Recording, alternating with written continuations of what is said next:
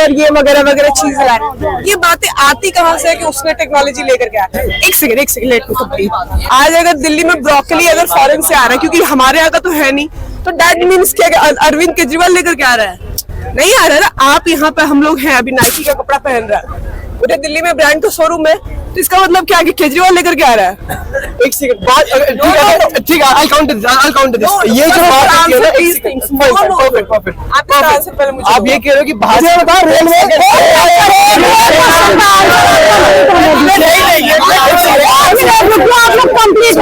आप कह रहे हो कि जो सामान बाहर से आ रहे हैं दैट मींस लिबरलाइजेशन, प्राइवेटाइजेशन और ग्लोबलाइजेशन। तो बाहर से जो आ रहा है दैट मींस वो ग्लोबलाइजेशन है। ग्लोबलाइजेशन किसने स्टार्ट किया? आई एम जस्ट सेइंग कि ये जो बातें होती है, जब भी जवाहरलाल नेहरू का बात होता है तो बात यही होता है, उन्होंने टेक्नोलॉजी को लेकर गया। अरे भाई साहब, listen to me first, okay? जहाँ पे बात आता है कि टेक्नोलॉजी यहाँ से आई वहां से आई, हमारे पास था क्या?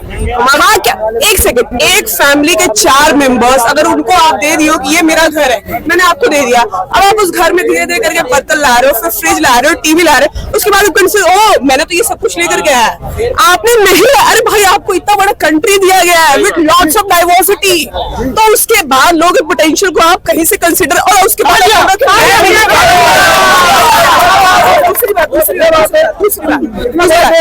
यहाँ पे बीजेपी और कांग्रेस की बात नहीं हो रही है यहाँ पे, क्योंकि मैं यूपीएससी की स्टूडेंट, तो मुझे पता है जो हम हिस्ट्री पढ़ रहे हैं ना, मैंने आपको इसलिए काउंटर किया है क्योंकि आप यंगर ग्रुप के हो, ठीक है?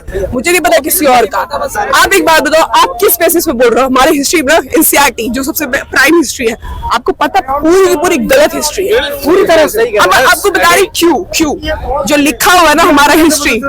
अरे भाई साहब,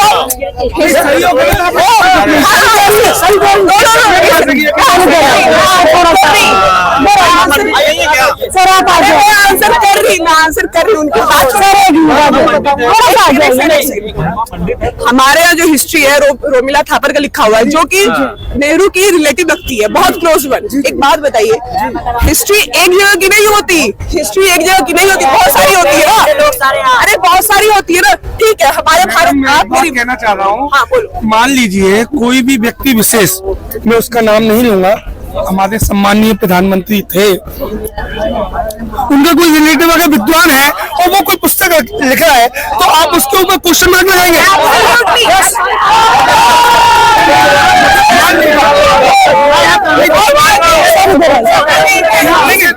आप उसको अगर गलत करेंगे तो उसके तक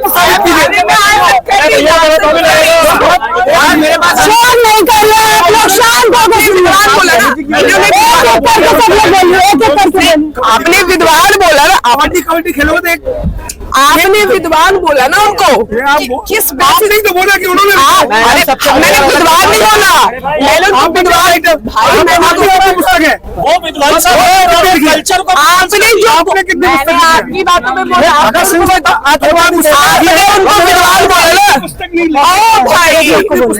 अच्छा, एक बात बताओ, उस टाइम हमारे कंट्री में कितने लोग पढ़ रहे थे, खाने को ला रहे थे, ठीक है? पढ़ाई को कहाँ से करेगा? जवाहरलाल नेहरू पर क्वेश्चन मार्क लगा रहे हैं, तो जवाहरलाल नेहरू क्यों नहीं में एडमिशन नहीं मिलता मैडम। एक सेकंड, जब राम क्वेश्चन हो सकता है तो नेहरू कौन है? कौन है नेहरू? क्यों नहीं उनको क्वेश्चन राम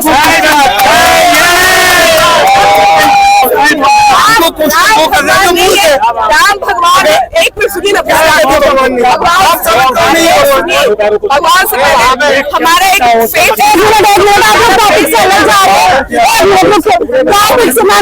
अलग मिल जाएगा, नेहरू जी के बारे में बात नेहरू जी की बात करेंगे। इनका कहना ये होता है जब भी नेहरू की बात आती है, प्राइम मिनिस्टर में रिस्पेक्ट करना है। क्यों रिस्पेक्ट करना है?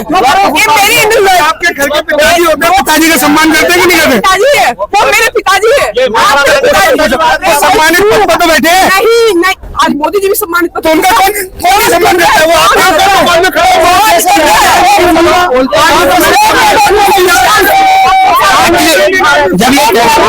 ये भाई साहब जब कह रहे थे ना कि ये कह रहे थे कि नेहरू जी की जा रहे हैं, तो आप उनको हिस्टोरियन नहीं मानेंगे क्या? दिक्कत ये है कि वो एक आइडियोलॉजी को फॉलो करते हैं और आइडियोलॉजी में दिक्कत ये है कि वामपंथी लोग इंडिया के नहीं है। भारत का राष्ट्र जो बहुत कुर्सी पे बैठ जाता है ना, वो किसी भी आइडियोलॉजी को फॉलो नहीं करता, केवल एक ही चीज को नहीं करता। मैडम अभी प्रधानमंत्री क्या कर रहे हैं? मोदी जी ये कह रहे हैं कि आइडियोलॉजी को फॉलो नहीं करते। नेहरू जी जब 1948 चीन का युद्ध हुआ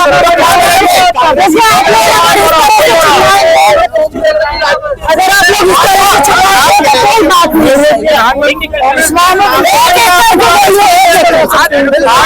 प्रधानमंत्री बनी हो पहले अपने उन्होंने कहा था भी लोग यहाँ खड़े हैं, इन सबको पता है कि नेहरू जी ने क्या किया।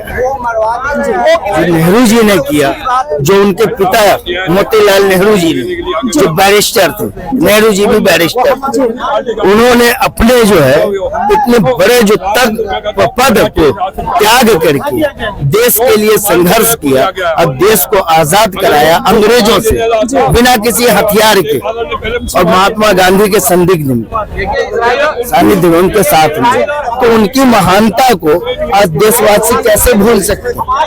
ये भूल गए हैं ना लोग कि पंडित जवाहरलाल नेहरू क्या थे, मोतीलाल नेहरू क्या थे। मोतीलाल नेहरू जी ने अपने समस्त धन संपदा को देश के नाम जो है दान कर दिया था। आज कोई ऐसा दानी दिखा दो मुझे जो अपनी पूरी धन संपत्ति अपनी जो है सब चीज को जो है कि दान कर दे। आज कोई ऐसा व्यक्ति दिखा दो। आलोचनाएं तो बहुत लोग करेंगे, किस बात पे आप आलोचना कर रहे हो? आपको यही शिक्षा मिली है कि एक माननीय प्रधान सम्मानित प्रधानमंत्री की आलोचना कर रहे हैं? उनके कुछ गलत काम होंगे। अब उनका समय बीत गया, एक नया समय नया युग आ रहा है। अब नए युग की बात करो, समय बीत गया। आज उनका जन्मदिन है, समस्त देशवासियों को शुभकामनाएं। क्या बोलेंगे बताइए?